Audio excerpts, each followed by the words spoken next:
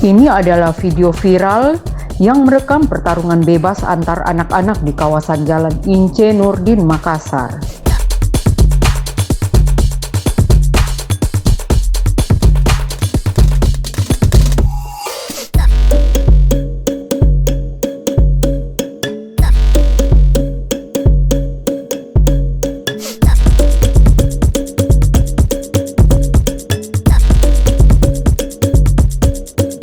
Sebagian para pelaku diamankan polisi gabungan dari Polda Sulsel, Polrestabes Makassar, dan Polsek Ujung Pandang.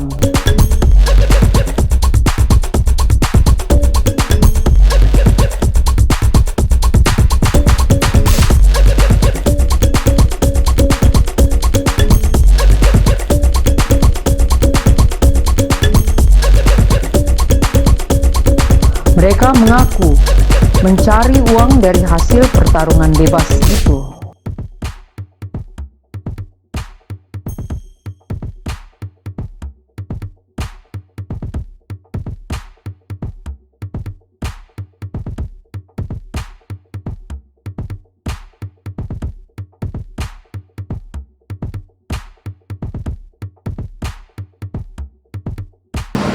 Akan melakukan rilis terkait video viral pertarungan ataupun duel antara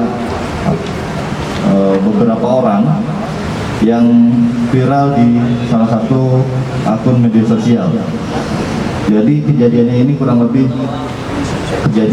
lebih hari Senin dini hari, itu di sekitar Jalan Ince Nurdin di dekat Monumen Mandala. Jadi kami setelah menerima informasi, kemudian tim dari Polsek, Polrestabes Makassar, dan dari Polda Sulsel melakukan penyelidikan. Dan alhamdulillah tadi malam kami sudah mengamankan kurang lebih 8 orang yang diduga sebagai petarung ataupun fighternya beserta penonton di beberapa tempat.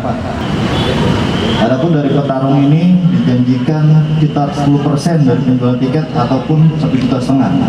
Dan untuk para penonton ini ditarik uang tiket sekitar 10.000 per orang. Sekarang sedang dilakukan pemeriksaan mendalam dan pencarian terhadap panitia dan yang lain-lainnya.